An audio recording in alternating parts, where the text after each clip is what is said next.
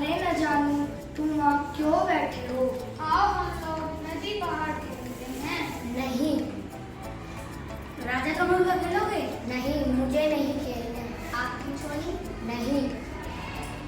न जानू वहाँ चुपचाप क्यों बैठे हो? खेलोगे नहीं? नहीं, मेरा मन खेलने में नहीं लगता। अरे हाँ, तुम तो चित्रकारी सीख रहे थे ना? हाँ, लेकिन मुझे वो बिल्कुल पसंद नहीं आई। क्यों, क्या कहा?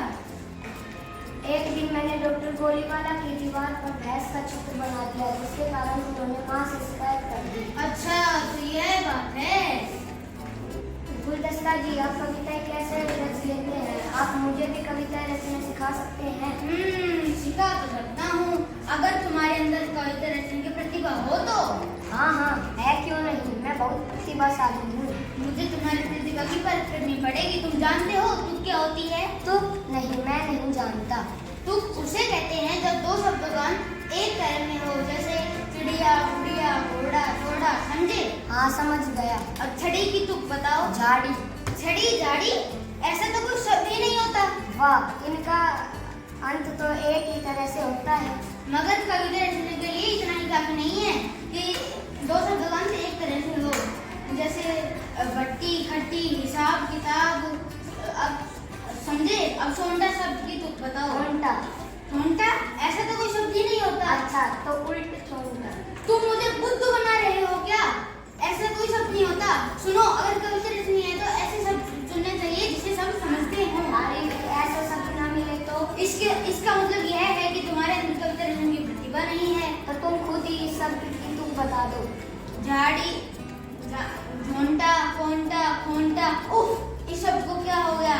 मेरा तो सर दर्द करने लगा।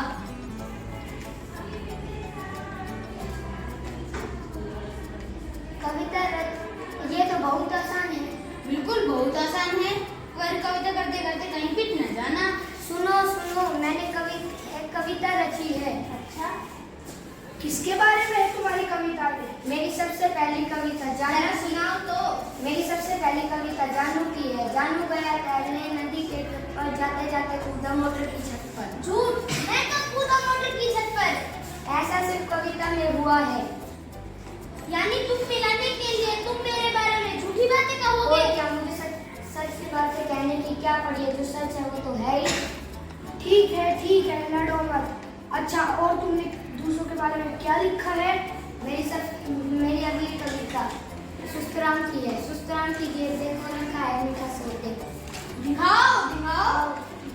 सफेद, मेरे जेब में कोई सेब नहीं है। लो देखो। तुम लोगों को कविता के बारे में कुछ नहीं समझते। ऐसा सिर्फ कविता में तुक मिलाने के लिए कहा गया है। यह हमारे बारे में बकवास कर रहा है। यह हम चुपचाप सुन रहे हैं।